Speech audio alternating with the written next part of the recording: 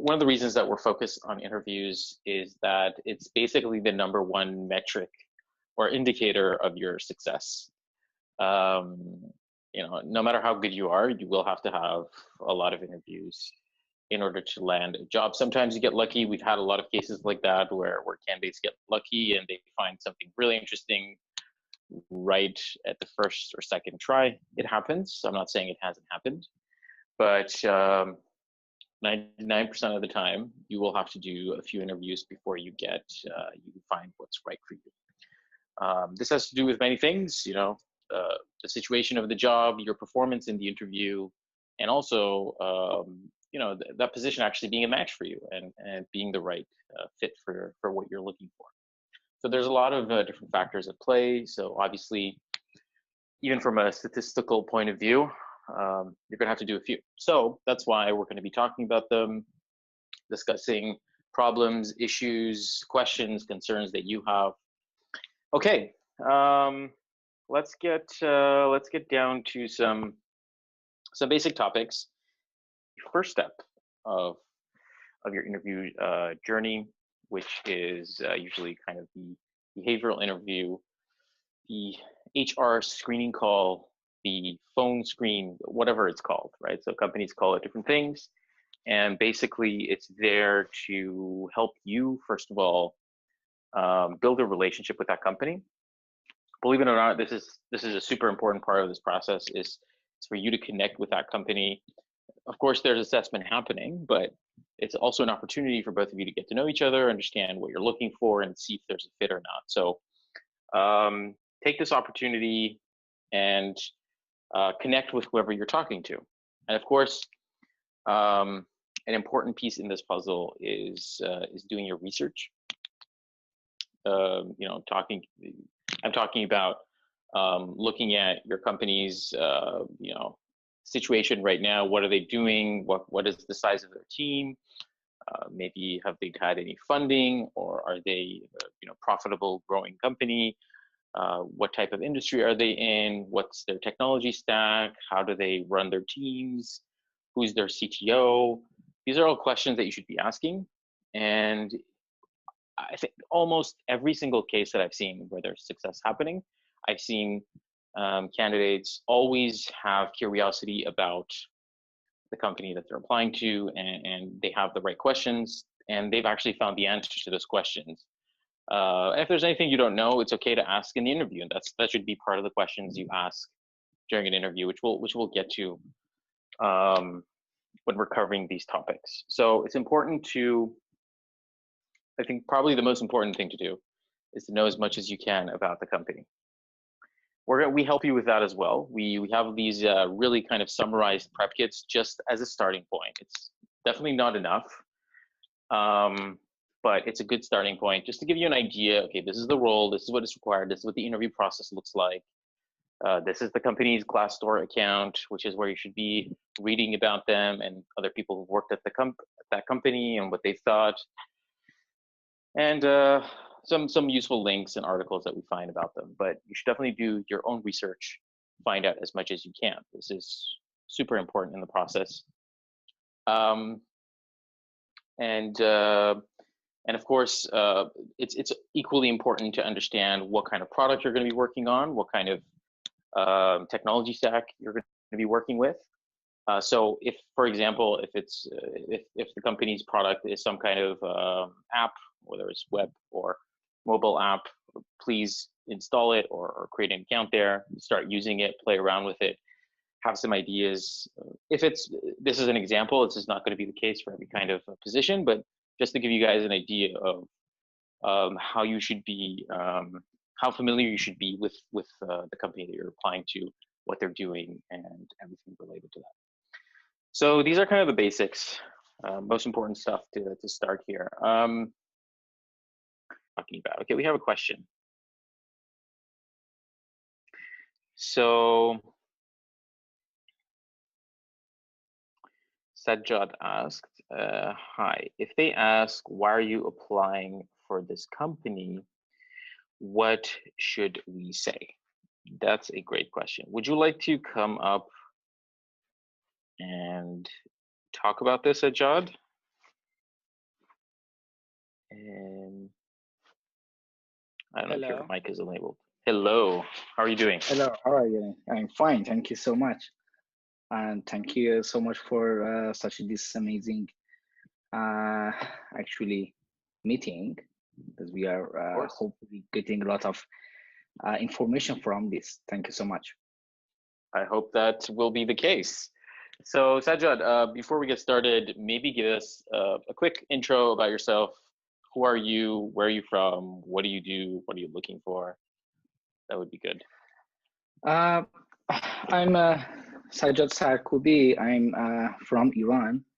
Uh, Actually, I know myself as an iOS developer, senior iOS developer, but in the past years, I was a lead developer, and also in the period of time, I was CTO. And I'm looking for a job in case of the seniority of the iOS developer or lead iOS developer, Hmm. because I recently, my main focus is that.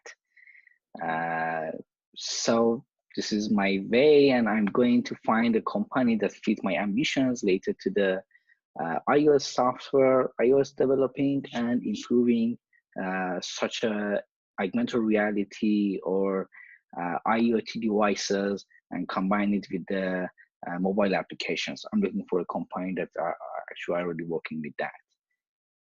Nice. I like how specific you are about even what kind of industries you want to work with, what you're interested in. So I think that's really good. I love that focus, and I think it'll be very useful No, um, thank you. during your interview process. That's great. Have you had any experience doing any interviews with global companies remotely in any capacity? Yes, of course. I have some experience, but unfortunately, they just sent an email to me. Oh, so sorry. Unfortunately, we should Hmm. keep moving with other candidates that fit our processing. And Yeah. I really don't know why this thing happened to me because I passed all the tests, I passed all the things, but after the interview with me, and I answer all the questions, all the technical questions correctly, I receive such this email. So I'm Okay. wondering what's happening. That's actually thank you for bringing that up. That's a great point. I think a concern and an experience for almost every candidate that I've come across. So it's first of all nothing unusual. It's the nature of, as I was saying in the beginning of the session. I don't know if you were in at that time, but generally there is absolutely no way that you can get every single opportunity that you apply to. It's just not statistically possible. So you're going to have to apply to a lot of positions. And there's various number of reasons that you might be rejected in any interview process. It's not a bad thing. It could actually be in your favor because that company might not be a good fit for you for various reasons. Sometimes companies are very good at identifying that, and that's in your favor. And a lot of times companies are bad at identifying that, but also you probably don't want to be working in a company that's not good enough to understand that you're a good fit for them, right? So in both cases, I always see as a rejection as a good thing because Yeah. it just means that it's not a fit for you, right? And for whatever reason it is. Now the reasons could be many things.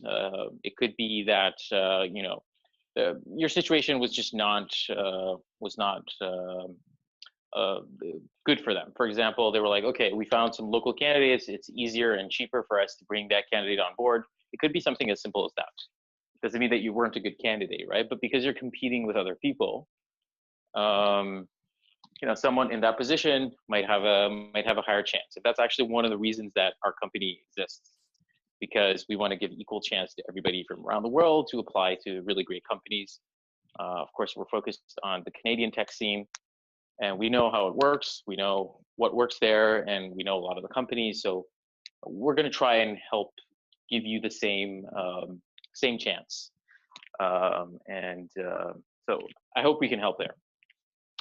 Other reasons could be cultural reasons.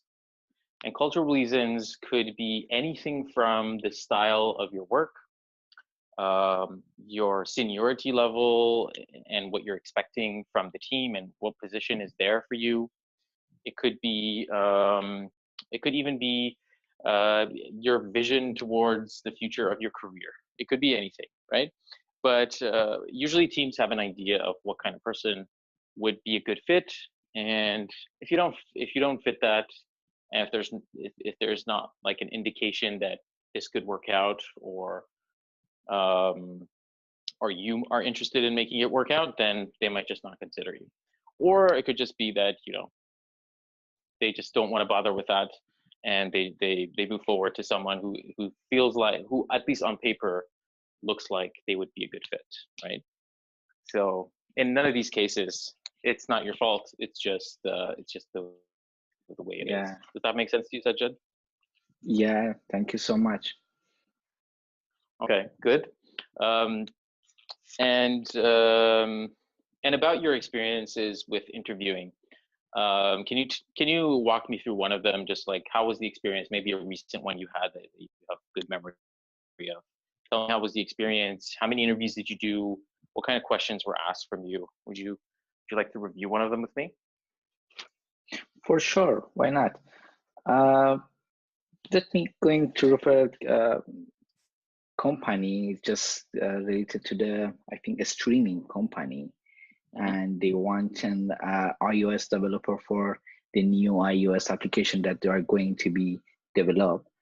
They asked me to, after the reviewing my CV, they asked me to do some task. I did it, and after that, I did more than they expected.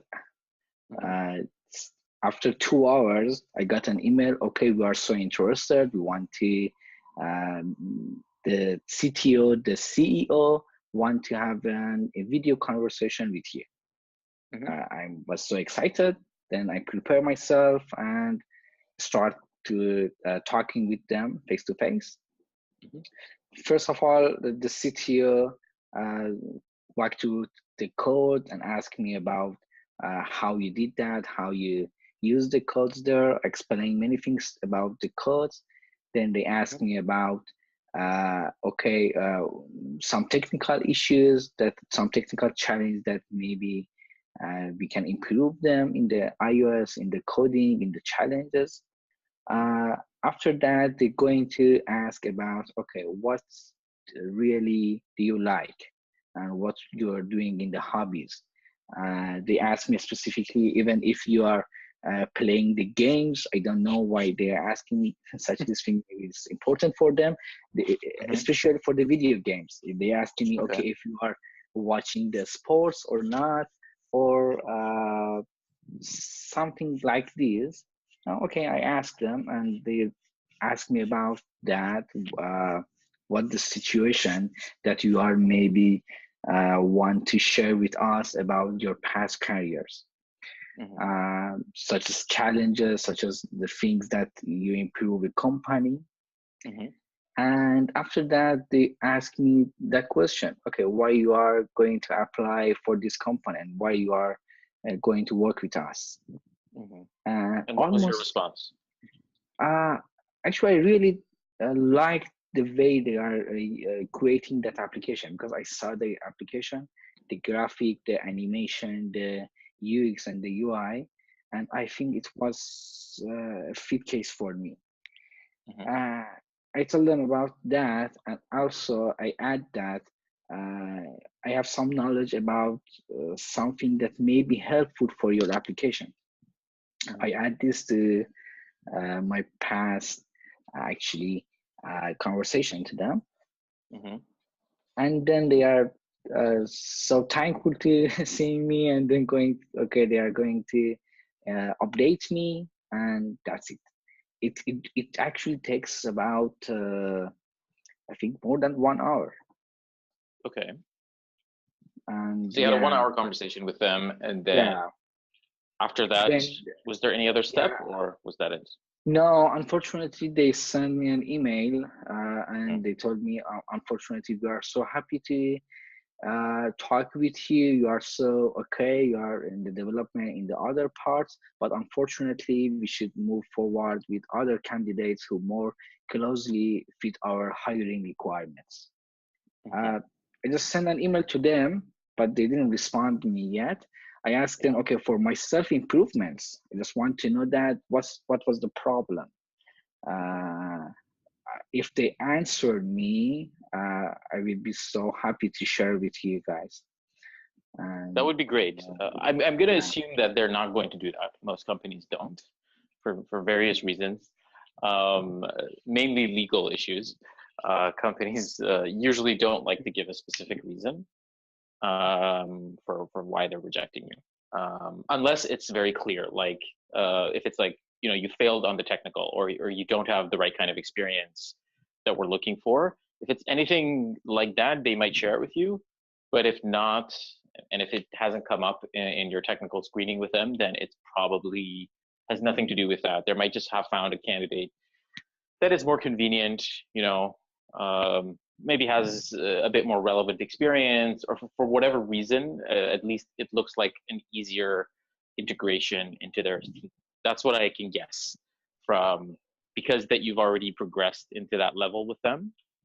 My assumption would be that that is probably the case. I'm not sure, but yeah, I know that this is a combination. Actually, they are comparing me to other, and it's actually a challenge.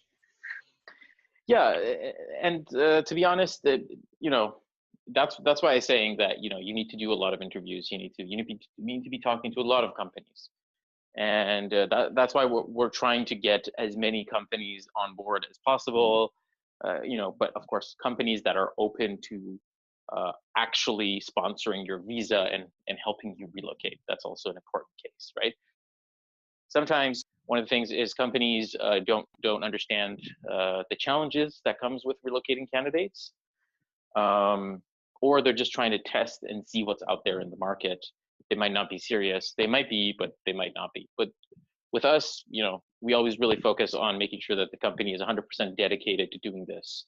They can do it. They can support it. They have the requirements that the government requires from them to be able to support your visa and all these things, right? So Right. Yeah. those are also important things to consider. So some things are a bit logistical. It's not necessarily even about the cultural fit. It could just be like logistics. It's just difficult to get you there for them. They don't understand how to do it. Might seem expensive to them, or inconvenient, or slow. They might think, or it's going to take you like 3 months, 6 months to get there, and they can't wait that long, right? There's a guy or girl ready right now, can start next week, right? So that's also something they might consider. Um, yeah, but those are really good points, Sajjad. Thank you for sharing that. Really great You're points. welcome. And if I were to, I mean, I want to try and give you something to take away from this. But if I were to um, give you advice about what you should be working on, is focusing on number one.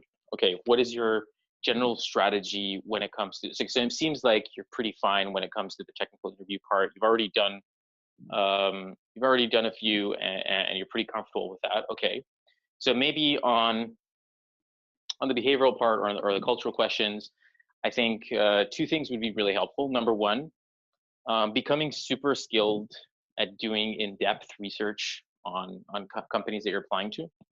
So that's something that is always useful. You have as much information as you can get, and you always have great questions for them. So that's really an important role to play in an interview. I don't know, did you ask them a lot of questions? Did you engage them a lot? How did you play that role? Uh, Unfortunately, it was actually a one to one interview. Actually, they are asking me a lot of questions, technical questions about myself, about my past, and Hmm. they didn't actually allow me to uh, ask them some questions. At the end, Okay. they asked me just one question. Okay, why are you applying for this company? And this is just one question. And they didn't actually allow me to ask more questions from them. Hmm. Interesting. Yeah. Well, that's what I said. So it's always important to put yourself in a position where you're in control, at least to some extent, of the interview. So it's an actual conversation between two people. It's not that they're just bombarding you with questions and you're just responding. So try to not let that happen. And the way you can do that is by being prepared, by having good questions about them, really understanding what their company is, what the role is about, what they're looking. Try to really understand what they are looking for. Sometimes you have to read the job description a few times to really understand. Pay attention to to what's being written there to really understand what are they actually looking for. Is it just a iOS developer, or are they looking for more contribution from you? And so these little points will make a big difference for you. And also, being curious and engaged in the session is super important. I know it's difficult to do. You're stressed. You're in a position where they're asking you a lot of questions, but practice taking control of that session. And a good way to do that is maybe after answering a few questions, try to sprinkle one or two questions early on into the session to kind of create that expectation that this is going to be a two-way conversation. I'm not just going to sit here and answer questions. Does that make sense to you, Sajjad? Yes. I think I should prepare myself about some question that I really should ask them. Yeah, definitely. Definitely do that. And this all kind of falls into that the package of being super prepared, over prepared when you go into an interview. Especially if you're really interested in that position. I mean, if you're practicing, if you're just doing an interview just to do it, it's fair game. Recruiters do that to you, so it's fine for you to do that to recruiters, right? If you want to, if you just want to practice and see what this company's about, that's okay. That's fine. But if you're actually serious about a role, you really need to do proper homework and have your questions ready and sprinkle them early on in the session to create that vibe that, I'm going to be asking you questions too. I'm also trying to evaluate if your company is appropriate for me. Is it what I'm looking for? You don't want to be in a position where you're the only one being judged. They're also being judged by you, and they should know that. So that's what I would, that's probably the only thing I would suggest right now. But if anything else comes up, let's discuss it, of course. Thank you so much, Wayne. Thank you, Sajjad. Okay, that was good. I'm gonna just go over some important traits that I think are critical when going through when doing an interview with a company. I think these are traits that most companies are looking for. And what's important is that you need to be able to tell stories about yourself that can portray these traits. Adeline shared actually a really nice article about the STAR method, which is a pretty popular method. There's also the CAR method that one of our amazing members from the community, I think Ricardo, mentioned that. Yes, there's also the CAR method. It's pretty similar. They all kind of follow the same concept, but mainly it's about, okay, you need to explain your context. What is the situation that you were in? What kind of what was your task? In the STAR method, it's situation and task, and the CAR method, it's just your context and what's happening, right? But are both the same. And then the next piece is what were your actions and what were your results? So just a really simple framework for you to talk about projects and products and generally anything that you've built throughout your career, which are the most important things that you should be talking about in an interview. So looking at these frameworks, different ways of talking about your success. And of course, if you really want to do well, so if you want to take it to the next level, you should practice talking about it like you're telling a story, like walk the person through that experience. Okay, so for example, if it was a startup idea that you had and you worked on, or it could have been a a project that you did internally in the company to solve a major issue. So yeah, I mean, I found this problem with this part of our customers, and this is what we tried to do. This was the task that we set for ourselves. We were going to, for example, increase the conversion rate of people who went from this step to this step by 5% or 10% or whatever. That was kind of our goal. It would make a big difference in the company. Or, for example, there was this huge crisis. So you set the tone, right? You talk about the problem, you talk about what was happening, go into a little bit of details, that's okay. Just try to set the tone for them, and walk them through the experience, and then talk about what you did. What was your achievement? What were the actions that you took? And the point that you're trying to make in these actions, which is actually why I stopped on this slide, it's been here for a while, but it's to show how you have these traits, right? So okay, the first part, when you're talking about a project, when you're talking about your experience, okay, you're just trying to let the other person know the complexity or the importance of that challenge that you were working on or the problem you were solving. But the next piece, when you're talking about your actions, you want to show off important traits that a company would be looking for. So for example, showing adaptability, showing that you're collaborative, showing that you're proactive and you take action and you foresee problems and you take action before it comes up. Being authentic and showing your showing your true self, admitting mistakes, learning from them, being curious, all these important traits. I think this is one of those opportunities for you to show them off. So you can't just, because realistically, you can't just go in an interview and say, I'm a very curious person, I'm a fast learner, right? It just doesn't work that way, right? You have to tell people stories that shows them you are, instead of telling them that you are. So always show, don't tell. This is kind of probably what you should be, if there's like a point to take from it, is to always make sure that you're showing, you're bringing evidence, you're telling a story that's conveying the traits that you want to show. You don't need to talk about traits that you don't have. Please only talk about traits that you actually do have, things that you really believe that are important for you. And this is also where doing research about that company, about the team, about the culture of where you're trying to join plays an important role, because you understand what are the more important points for them, and what do they really value. You can pick it up. They're going to talk about it. They're going to write about it in their blog. They're going to talk about it in their videos, or even in the job description, they might mention some of the traits that are super valuable for them. And that's your opportunity to fit them into your stories.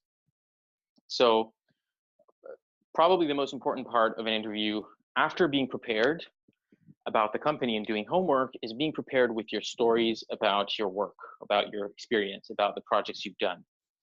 And if I were you, I would list five of the top most important projects that you've ever worked on, not more. And I would really focus on telling the story of them. What are they? I feel like kind of like you're pitching something, maybe a business idea or a startup or whatever. But maybe in 2 minutes or less, you need to convey all these points. You need to let the other person understand, what was this problem that you were solving? Why were you doing this? Next point is, what was your role? And what did you do? What actions did you take? And then show off your skills, right? Show off the traits that you think you have. Are you super fast at learning? Okay, tell them, yeah, in 4 weeks, I learned this framework because we needed it, or for whatever reason, I learned how to use this tool or this technology, and then I applied it and we built it and it worked and it got this result. That's how you show someone you're a fast learner. Instead of saying that I'm a fast learner in your resume, you don't need to do that, right? So this is how you would use this opportunity. Tell your stories, prepare them, and practice them. Really, really practice them. Talk to other people, your friends, your colleagues, your partner, your best friend, I don't know, whoever. But pitch these stories to them. Practice it. It's okay. If you have nobody, use a mirror. That's okay. That's fine. but you need to listen to yourself telling these stories over and over and over again, at least 20 times, 30 times. You should have told this story a lot of times until you can master them and you can really talk about them. If you look at like comedians, stand-up comedians, they deliver a joke, but everyone knows, they've practiced delivering that joke hundreds of times before they even do it the first time on a stage. And usually, even the first time they do it on a stage, the first few times it's terrible or it's not that good, or some audiences don't connect with it. It's only after many, many attempts that they actually become really good at telling that joke. And everybody kind of gets it, how they play around with the punchline and where they start and where they end. They play around with it until it really feels good. And that's kind of what you should be doing when talking about your work experience and being prepared. So 2 important points right now: doing homework on companies, which is kind of an external thing that comes to you whenever you have a job opportunity in front of you. But the first part that you can start, even if you don't have an interview today, is telling your stories. And whatever framework you use, STAR or CAR or whatever other framework, they all kind of follow the same principle. And and that's how you can do better. So I've also, you see the sum up of the points that we talked about here as well. I'm actually going to ask Adeline, could we share the link to this? Oh, we already have. Sorry. Okay, we had it a while ago. I see it on the chat. So yeah, the guide is here. Please download it, take a look at it, and a lot of important points here for you to consider before going into an interview. And just to kind of give you a little bit of insight into how much difference it makes, I'm pretty sure I would bet that more than 80% of candidates that apply to that job will not do these things when they apply. So already by doing this, you're going to be in a pool that will be performing well. And interviews are designed to pick up on these traits. They're designed to find people who are prepared and motivated and engaged and really want this position and are able to convey that message. It is your job to communicate that you're the right fit for this role, right? Of course, it's the company's job to show you that they're a great company and you should be working for them, but it is still your job to be able to communicate how you would be a fit for them as well. So if you just take these 2 steps, you're already ahead of probably 80-90% of candidates that apply to any position, no matter how good they are. So this is how you get ahead and you perform well on an interview. There's a couple of important points that we see come up a lot. Showing passion, showing vulnerability, it's super important. It's okay to talk about mistakes. It's okay if you don't know anything, you quickly admit that I don't know it, but this is how I would find the answer. That's fine. It's okay to talk about your failed experiences. That's absolutely fine as well, as long as there's something that you've learned from it. I think it's absolutely fine to talk about it. It's also important to understand the tone of who you're talking to, what kind of team you're faced with.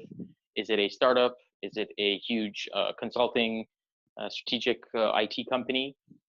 Their styles will be very different. Is it a bank? Is it Amazon? Is it Shopify? What kind of companies are they? Their styles and tone will be different, and you need to adapt yourself to that. You need to listen to them talk. You can find videos of their founders and team members talking. You can see how they behave, and you should be able to relate to that and see if that's actually a place that you want to be. And if it is, you should be on the same wavelength with them. It's going to help you a lot. Avoid being vague, absolutely. Please be very precise. Don't talk about generic, general concepts and facts that everybody knows. Talk about things, talk about your experience, talk about what you've learned, what you've done. Talk about these things, no matter where you are in an interview. So don't tell someone this is how it's supposed to be done. Tell them this is what you've done, or this is what you would have done. And be very precise and try to be straight to the point. And of course, another point that I think, especially when you're applying to startups, showing your entrepreneurial spirit, the ability to identify problems, sympathize with customers and clients, and seize opportunities, create value for businesses. These are important points to convey. So if you've had any projects of your own, please show it. If there's opportunities where you've had in your company to kind of take charge of a project and deliver business value, talk about it. Any way that you could show that you do have a bit of entrepreneur inside you, I think is going to be positive for any company. So these are points that I think are going to help you through an interview. If there's any questions regarding this, please feel free to ask. I feel like I've been talking a lot. No questions. But I will move forward until someone comes up and asks something. We also have one of the other points that is important is to understand the most important components of an interview. We discussed that an interview is designed to find the right people, look for these traits, and this is how it's done, right? So there's different steps that are common in companies. Sometimes these steps are combined, sometimes they're separate. It really depends on what the interview process in a company looks like, but almost always, whatever stage you're in, it has one or more than one of these settings. So it could be, for example, a screening interview, which is just basic stuff. It could just be like a 10-minute, 15-minute phone call. Just want to see, are you really interested? Is this something that you would be willing to seriously pursue? So that's one end of the spectrum. Another one is behavioral discussions. So, kind of the core of what I've been talking about today is mainly regarding behavioral discussions. So it's about, the traits that you have and being able to engage with them, build a relationship, ask the right questions, really understanding the company, doing your homework on them, doing research. All these things kind of fall into this category, which make a big difference. Sajjad shared a great experience with us. He did amazing on the technical side, but there could have been something there, even though I suspect that it wasn't the case. It's probably just convenience. But let's say 1%, there might have been something in the behavioral discussions, or the company didn't give him opportunity to talk about his experience, or have his questions in. There could have been things that you can do there where your chances increase, or it opens up the next conversation. There's also, and the technical side is usually kind of two types of questions. So there's like problem solving, algorithmic, sometimes mathematical, those kind of questions. Just want to see how you think in terms of solving a problem, how you approach it, your mental models, depending on the role, how you would approach a challenge. And then there's, of course, in-depth technical discussions about specific skills that you should have to perform your job, which would be very, very specific to whatever position you're applying to. So that's kind of the nature of most technical discussions. There's tons, as I said, there's tons of material out there, so you should be prepared for that. That's kind of a separate discussion, but you should be prepared for that. Practice both problem solving, problem sets, and also specific technical questions regarding what skills you need to have for the position. And of course, there's always some kind of cultural discussion. So to see if you fit with the company vision, to see if your path aligns with them, if what you require in the position is a match to what they can offer you. And even your personality, does it fit into the team? Like maybe everybody's super super bubbly and you're not, or you're super bubbly and everyone's super quiet. I don't know. It could be anything. I'm not serious about this one, but it could be anything in terms of cultural fit and whether seeing you have the right, and this kind of fits into understanding the tone of the company as well. I think that plays a role here, and showing what kind of character you have, I think, is important. So these are kind of the main components of an interview process.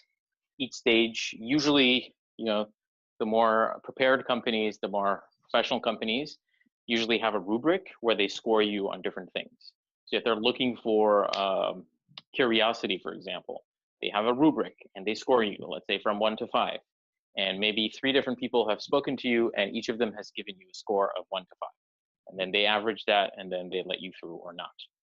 Or maybe they add it up with different points and then they'll see what your point is. So this is kind of the more advanced recruiting processes. And some companies are not like that. They just have maybe like the CEO or the CTO has a few notes on what kind of people they're looking for. They talk to you. If they feel like, you tick all the boxes, you're that kind of a person, if they get a good feel from you, boom, you're through, you're hired. That's kind of both ends of the spectrum. Depends on the size of the team, how they run the company, all these different points. I think someone raised their hand. Who's raising their hand? That's me again. Okay, Sajjad. Can I ask a question? Yeah. Of course. I'm fine again. Thank you. I have another question. For example, in the situation just like happened for me, interview in the video interview, what should really wear on? For example, a fashionable suit or just a t-shirt, or I don't know if this is important or not, because for example, sometimes we have a video interview with the CEO. We should actually prepare ourselves in which way. That's actually a good point. We don't do video on these calls because we're doing audio only and kind of putting them online as a podcast. But basically, I would suggest the best thing if you really want to be safe is white or really light background and casual, whatever you would wear at work, right? Like just normal working. You don't need to suit up for it. Definitely don't suit up. Don't look like you're trying too hard to impress them. Just be your normal self. Like how would you go out with your friends? Like you just have like a normally a t-shirt or a shirt or whatever you like to wear. And as long as it doesn't look like you just got out of bed, or you're like, don't do it in a cafe where there's like tons of noise. Just make sure that it's quiet, you're focused, nobody's distracting you. If you have kids, please make sure that during the interview they don't come and disrupt you. That's it. Just keeping it really simple and focused is enough. You don't need to do anything extra. I wouldn't do anything extra. Does that answer your question? Yeah. Yeah, that's all right. So we should present ourselves as just like we are ready to work and start to work in that company. Exactly. That's exactly the point, right? Like if you were to go to work today, how would you be? And just do that, and just keep it simple and focused and quiet environment is enough. That's all you need. Thank you so much. Thank you. Great question. Really good question. We have a question. Would you like to come up?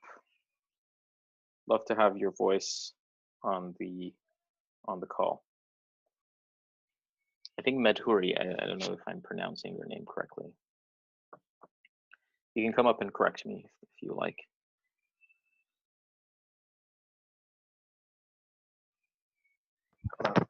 Hello. Hello. Yeah. My question is like that: if an interviewer demotivates you, at that time, what should we do? I mean, sometimes we don't know any technical stuff, or maybe we are not fit for the specific technical things. Because in a few days back, I have been interviewed by one person. So he was saying that you should know these, you should prepare these and all those things.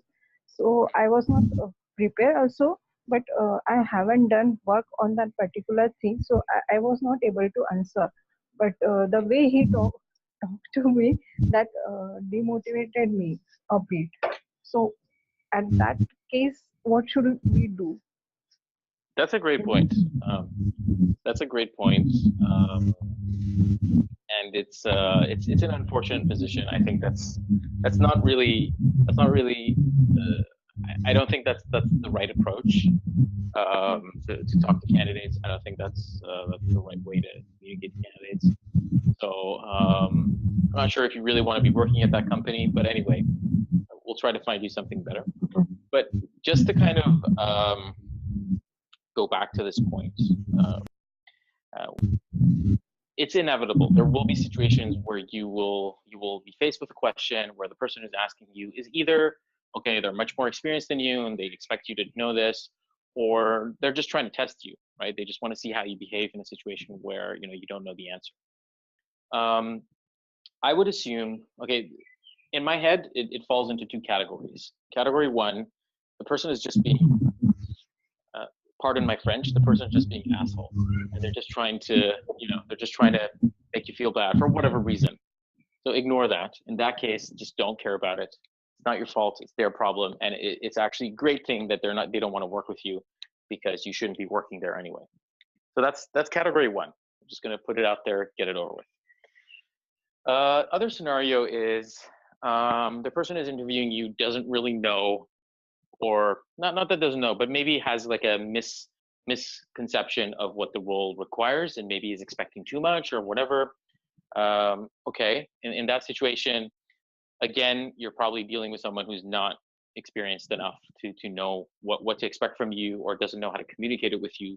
That's also a problem. And also in that situation, maybe less of a problem, but still, I'm not sure if you really want to be working with this person, if this person is going to be your manager. Now, let's go to situations where we think about the positive situation. What is that? That is, okay, this person is trying to test me, and they want to see how I behave in a situation where I don't know the answer to something. Okay. In that situation, what you would do is you have to be really, upfront and honest about it, and say, look, I don't have experience working with this. This is what I've done, and this is how I've solved similar if you can think of a similar issue or similar tool or a skill that you've acquired, or maybe a similar tool that you've worked with, you can say, okay, this is what I've done, or this is a similar problem that I've approached. I'm pretty sure I can learn it pretty quickly. And kind of take it in a position where I know I don't know the answer, or I know I don't have the experience working with this, but this is how I'd learn it. So always be in a position of someone who's curious to learn. And in that position, I think if the person is still aggressive towards you, then don't really worry about it. It's better that you're not working there anyway. That's kind of my general suggestion in the best case scenario, which is that's what the person is looking for. In your case, I doubt it because of the way the interaction was done. But however, there is another aspect, right, which is preparing for technical interviews. Now, this part falls onto you. How have you prepared for technical interviews? Maybe there was something that you could have prepared for, maybe done a little bit more practice, would have given you maybe similar problems or situations where you could have solved that problem, or you knew about it. So that's something that you can improve. But yeah, of course, like if I've never worked with a certain technology, that's okay. You can't change that. But if this part, you have to be the judge yourself and see, is it something that you could have improved by practicing by yourself? If that's possible, then go and do it again and apply to the next position. And this time you'll be prepared. I don't know if I helped you at all or not. Yeah, it helps. Thank you. Thank you so much. That was a great question. And I hope everybody got something out of that. Perfect. We are also out of time. And I would like to thank everybody for participating. Thank you to the two lovely volunteers from the audience who participated as well. Made my job a bit easier. But we have these conversations every week. It's just for our community to interact.